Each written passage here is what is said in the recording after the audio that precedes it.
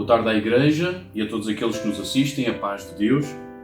Antes de iniciarmos a nossa partilha bíblica propriamente dita, eu quero aproveitar também este tempo e vou iniciar desta maneira. Quero agradecer à Igreja, à Assembleia de Deus de Azambuja, toda a área, obviamente, aos amigos, aos conhecidos, a todos aqueles que, de alguma forma, seja por chamada, mensagem escrita ou as mensagens das redes sociais, quero agradecer também as vossas mensagens no sentido de fazerem trazer até mim também uma palavra de felicitação pelo meu aniversário e quero desta forma agradecer-vos por isso, porque sem dúvida nenhuma vocês tornaram o meu dia de aniversário muito mais especial. Mas também nesta tarde eu quero fazer um breve anúncio dizendo que no próximo domingo dia 3 de maio, nós ainda não iremos conseguir iniciar os nossos cultos de uma forma presencial, mas quero desde já dizer que nesse domingo dia 3 de maio, juntamente com a partilha bíblica, no início e no final, depois veremos, mas o que interessa é que nesse domingo eu irei estar a fazer um anúncio à Igreja de como é que nós vamos voltar a esta nova realidade dos cultos de uma forma presencial. Então, a Igreja fica atenta, os irmãos fiquem atentos, porque no próximo domingo eu irei dar irei fazer este anúncio. Mas nesta tarde, e o meu amigo e irmão António Pargano, ele gosta muito desta expressão e entra muito comigo com esta expressão nesta tarde, mas é mesmo assim que eu vou iniciar nesta tarde. Nesta tarde nós vamos falar, e esta é a nossa partilha bíblica do dia de hoje, nós vamos falar acerca de liberdade em Cristo. Eu quero vos convidar a abrir as vossas Bíblias em Gálatas, no capítulo 5, e a nossa leitura vai iniciar no versículo 1 até ao versículo 8. E diz assim: Estai, pois, firmes na liberdade com que Cristo nos libertou, e não torneis a meter-vos debaixo do jugo da servidão. Eis que eu, Paulo, vos digo que se vos deixar de circuncidar, Cristo de nada vos aproveitará. E de novo protesto a todo homem que se deixa circuncidar, que está obrigado a guardar toda a lei. Separados estáis de Cristo, vós os que vos justificais pela lei da graça, tendes caído. Porque nós, pelo Espírito da fé, aguardamos a esperança da justiça. Porque em Jesus Cristo, nem a circuncisão, nem a incircuncisão têm virtude alguma, mas sim a fé que opera por caridade. Corrieis bem, quem vos impediu, para que não obedeçais à verdade? Esta persuasão não vem daquele que vos chamou. Nesta tarde o nosso tema é este mesmo, liberdade em Cristo. E o texto que nós acabamos de ler nos fala sobre esta liberdade em Cristo. E antes de nós darmos uma definição acerca de liberdade, todos os portugueses têm uma noção acerca deste tema, liberdade, pois foi uma realidade alcançada no dia 25 de abril de 1974. A partir desse dia, a liberdade foi motivo de estudo e passagem de testemunho às gerações vindouras acerca do acontecimento, acerca da necessidade, acerca dos objetivos e da importância de vivermos em liberdade. É verdade também que nem todos conseguimos compreender a diferença entre viver em liberdade e sem liberdade. Talvez aqueles que melhor conseguem diferenciar estas duas realidades são exatamente aqueles que as viveram na prática, que as presenciaram, aqueles que passaram por elas e que foram também marcados por elas. Este conceito de sem liberdade não quer dizer que se vive dentro de uma jaula ou de uma prisão somente física, mas essa prisão ela existe, e existe em vários níveis. Assim, nesse dia 25 de abril, foram conquistadas a liberdade de imprensa, a liberdade de expressão. Pois antes desse dia, as notícias contra o governo ou que punham em causa medidas adotadas eram censuradas. Antes de qualquer jornal ser publicado, ele tinha de passar pela censura, aquele célebre lápis azul, a cortar o que era incómodo para o regime dessa altura. Os portugueses não podiam dizer livremente o que pensavam. Quem ousasse arriscava ser perseguido pela PIDE, a polícia política, que tinha informadores em todo o lado e em todos os lugares para escutar conversas e informar sobre o comportamento, pois não eram permitidos grupos grandes a falar na rua. O Serviço Nacional de Saúde foi uma das grandes conquistas e uma das mudanças mais profundas na sociedade portuguesa. Antes do fim de 5 de Abril, a assistência médica não estava acessível a todos. O direito à saúde, à greve, ao ensino, às férias e a alguma autonomia das mulheres foram algumas das muitas conquistas da Revolução do 25 de Abril que hoje continuamos a comemorar. Mas também é verdade que algumas dessas tão grandes conquistas apenas estão a ser comemoradas e não usadas nem tão pouco praticadas ou vividas. Como, por exemplo, não havia propriamente eleições nem direito ao voto livre. Agora a maioria das pessoas tem esse direito, mas não votam. É também um pouco acerca disto que Paulo escreve esta carta à Igreja da Galácia. Paulo, com esta carta, tem como objetivo contrariar o ensino legalista para a salvação e, em voz alta, chamar a atenção os cristãos à fé e à liberdade em Cristo Jesus. Então, o primeiro versículo que nós lemos, Gálatas, capítulo 5, versículo 1, ele diz: estai, pois, firmes na liberdade com que Cristo nos libertou. Então, se nós fomos libertos, é porque, em primeiro lugar, nós éramos escravos antes de Cristo. E este é o nosso primeiro ponto. Éramos escravos antes de Cristo. No capítulo 4, capítulo anterior, que nós não lemos e precisamos de poupar aqui o nosso vídeo, o apóstolo Paulo ele acabou de argumentar com os crentes da Galácia que eles eram filhos de Abraão, não da mulher escrava, mas sim da livre. Eram filhos de Sara e não de Agar. Eram filhos da promessa e não escravos da lei.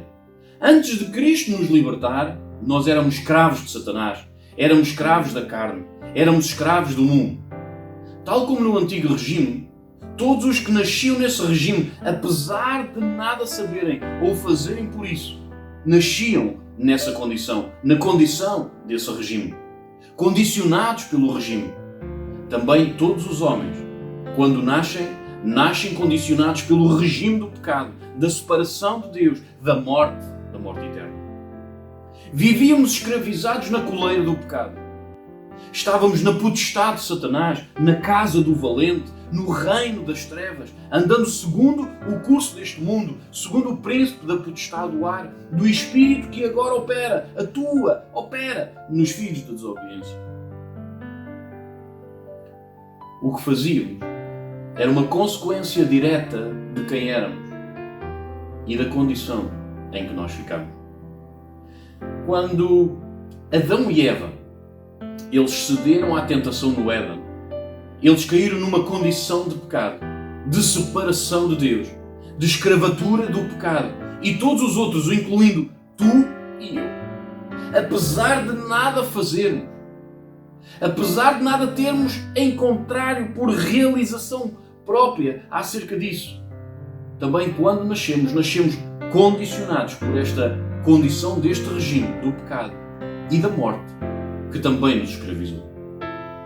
Porque o filho do escravo, apesar de nada saber acerca disso, apesar de nada fazer em contrário a isso, o filho do escravo, a sua condição, também é de escravo, também é de escravatura.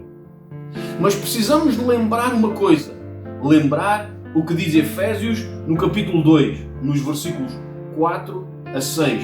E eu vou ler estes versículos.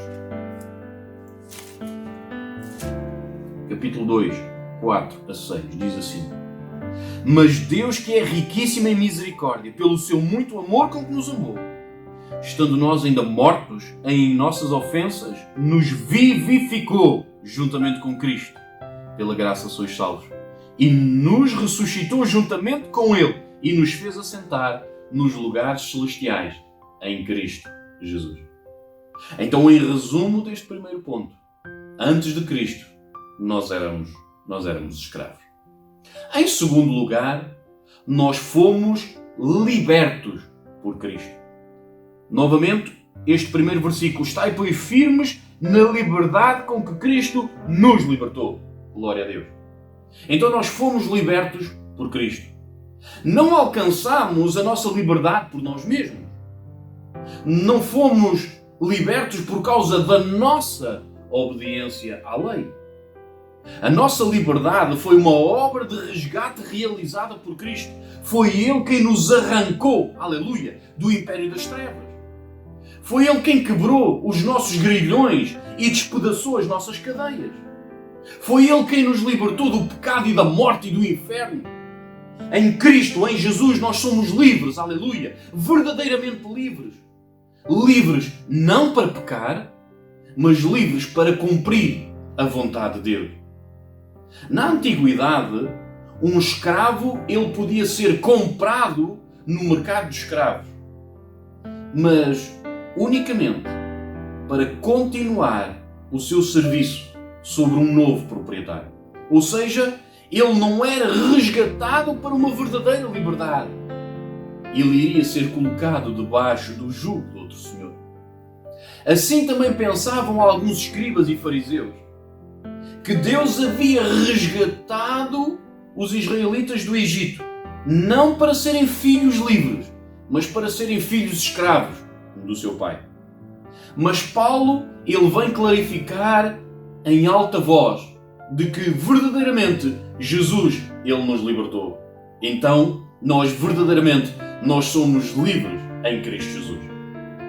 Em resumo deste segundo ponto, não fomos nós que alcançamos a liberdade, mas fomos libertos por Cristo Jesus. Aleluia. Em terceiro lugar, precisamos manter a nossa liberdade em Cristo. Diz, pois, o texto: estai, pois, firmes na liberdade com que Cristo nos libertou. A nossa liberdade é sempre espreitada, vista pelos outros. Muitos inimigos do Evangelho tentam convencer-nos de que ainda somos escravos. Não fazem desta maneira, não fazem daquela maneira. Haveriam de fazer de outra maneira. Os crentes da Galácia haviam sido libertos da escravidão do paganismo, da escravidão dos rudimentos do mundo. Mas agora eles estavam novamente escravos do legalismo. Precisamos vigiar para que a nossa liberdade não seja arrancada de nós. Não podemos colocar o nosso pescoço na coleira do legalismo. Não podemos permitir que esta coleira do legalismo religioso, como queriam os judaizantes fazer com aqueles naquele tempo, possa acontecer também connosco neste tempo. Não podemos viver como escravos na casa do Pai, como propôs o filho mais velho na parábola do filho pródigo. Somos verdadeiramente livres. Liberdade não é podermos fazer aquilo que queremos fazer. Liberdade é podermos decidir livremente se queremos viver para Cristo e com Cristo para todo o sempre. Paulo, no capítulo 2 desta carta aos Gálatas, no versículo 20, e nós podemos ler isto, é tão importante. Gálatas capítulo 2, versículo 20 diz assim: já estou crucificado com Cristo, e vivo não mais eu, aleluia, mas Cristo vive em mim. E a vida que agora vivo na carne, vivo-a na fé do Filho de Deus, o qual me amou e se entregou a si mesmo por mim. Aleluia. Então, nesta tarde, se permitirmos que a religião escravize a nossa consciência, seremos separados de uma bênção inestimável e ao mesmo tempo insultaremos a Cristo, o autor da nossa liberdade. Cristo não é uma religião. Cristo nos libertou não para vivermos uma vida debaixo do legalismo. Cristo é a liberdade para viver esta vida e a vida eterna segundo o coração de Deus. Por isso, o texto, ele leva-nos à melhor ideia desta ordenança.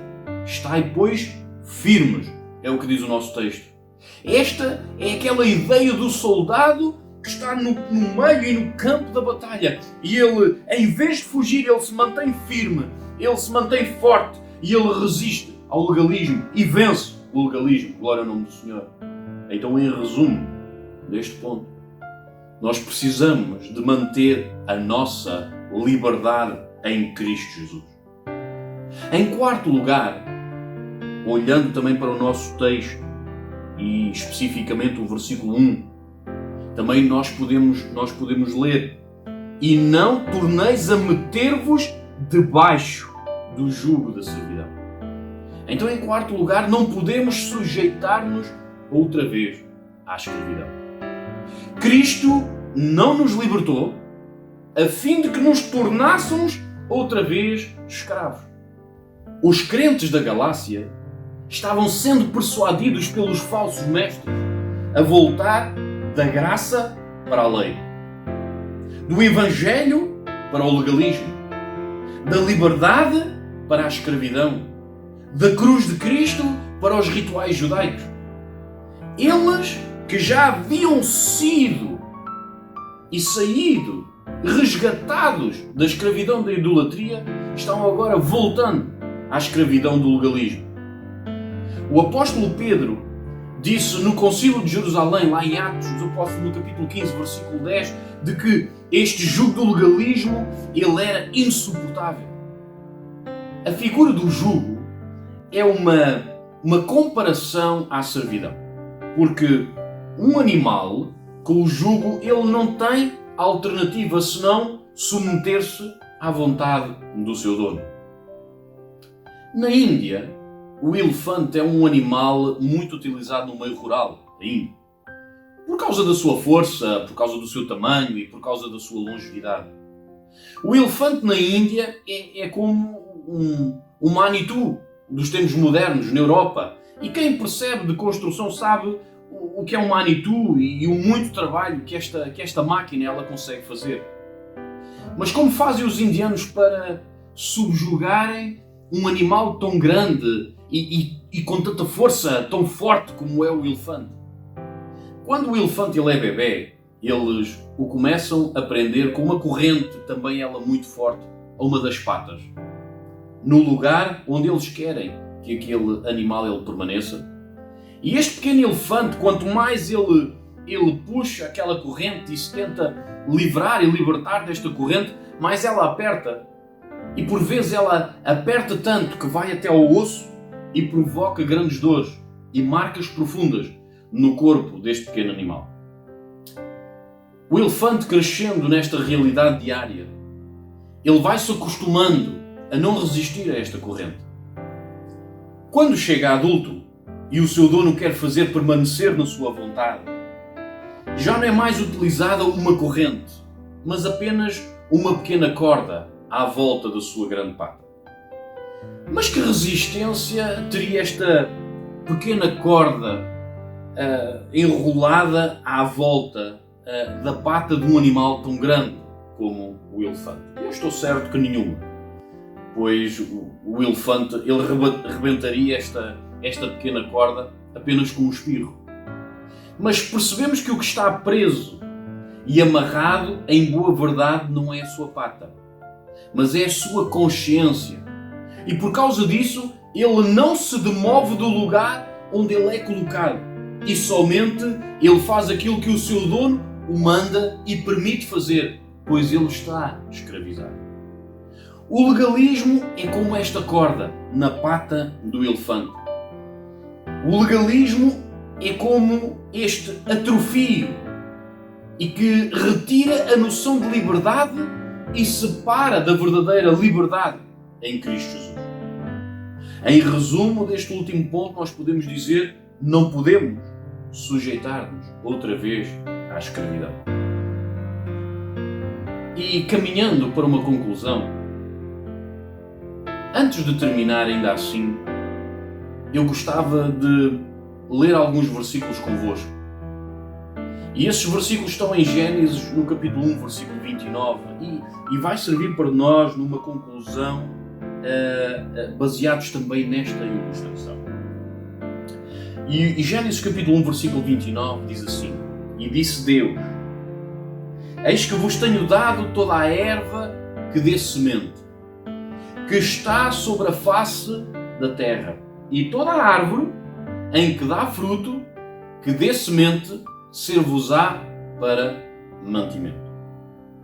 Diz ainda: E o Senhor Deus fez brotar da terra toda a árvore agradável à vista, e boa para comida, e a árvore da vida no meio do jardim, e a árvore do conhecimento do bem e do mal.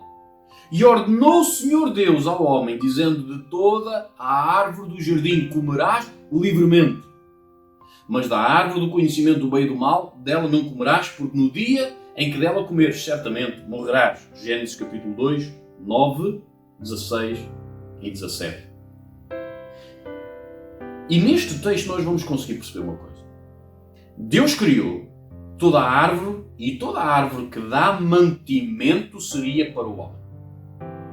Deus disse para se comer de toda a árvore, apenas não comer da árvore da ciência e do bem e do mal, pois, se eles comessem, certamente morreriam. Mas ainda vamos ler Gênesis capítulo 3, versículos 1 ao 3, que diz assim: Ora, a serpente era mais astuta que todas as alimárias do campo, que o Senhor Deus tinha feito. E esta disse à mulher: É assim que Deus disse: Não comereis de toda a árvore do jardim? E disse a mulher à serpente: Do fruto das árvores do jardim comeremos, mas do fruto da árvore que está no meio do jardim, disse Deus, não comereis dele, nem nele tocareis, para que não morrais. E o legalismo é isto. O legalismo foi o que Eva disse. Deus apenas disse que da árvore da ciência do bem e do mal não poderiam comer, porque se comessem certamente morreriam. Mas Eva, ela vai acrescentar alguma coisa. Eva, ela disse: Não comereis dele, nem nele tocareis. E o legalismo, ele trabalha assim. O legalismo, ele funciona assim. O legalismo, ele vai acrescentar àquilo que Deus diz. Nós não podemos retirar o que está escrito no Evangelho, mas não podemos acrescentar ao que está escrito no Evangelho. Porque o Evangelho é Cristo. O Evangelho é a nossa libertação e Cristo é o nosso libertador. O legalismo vem fazer-nos somente olharmos para a árvore da ciência do bem e do mal. E vem dizer que não podemos comer, que não podemos tocar, que não podemos mexer. Isto é o que traz o legalismo. Mas não foi isto que Deus disse. O legalismo, ele amarra e escraviza a consciência dos filhos de Deus para uma visão de um Deus libertador da escravidão do pecado, mas agora para escravizar com práticas e com acrescentos, tal como os judaizantes eles estavam a fazer com os crentes da Galácia e queriam aplicar mesmo isso às suas vidas.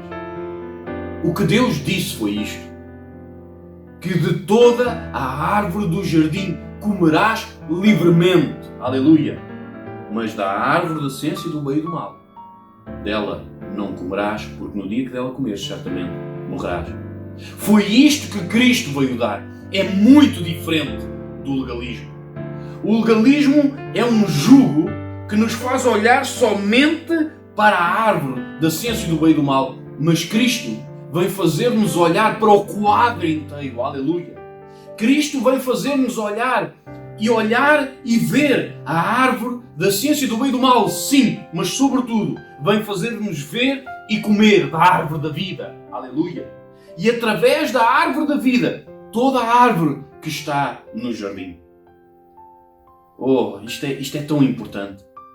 Cristo veio dar a possibilidade através dele, aleluia, sempre através dele, de olharmos e não comermos aquilo que não é para nós, mas sobretudo de olharmos e comermos e desfrutarmos, aleluia, de tudo aquilo que ele criou para nós. E sabem, quando as portas que estão fechadas por esta pandemia, elas se voltarem a abrir de novo, lembra-te da tua liberdade em Cristo Jesus. Essa liberdade em Cristo deve fazer-te olhar principalmente para a árvore da vida. Ou seja, essa liberdade em Cristo deve fazer-te olhar principalmente para Cristo, para a sua palavra, para os cultos ao Senhor, para estar juntamente com a igreja na presença de Deus e cultuares ao teu Senhor de coração. No teu dia a dia, a árvore da vida, ela não pode ser trocada por outra árvore. Cristo não pode ser trocado por outro Deus. A palavra de Deus não pode ser trocada por outro livro. Os cultos não podem ser trocados nem substituídos por outras coisas. O estar em comunhão uns com os outros, o estar em comunhão com a igreja, não pode ser trocado, não pode ser substituído por outra coisa. A liberdade em Cristo deve fazer-te olhar em primeiro lugar para a árvore da vida e dela comeres. E depois deve-te fazer olhar para todas as outras árvores boas que Deus criou. Deus criou tantas pessoas que tu deves conhecer. Deus criou tantas pessoas com quem podes falar.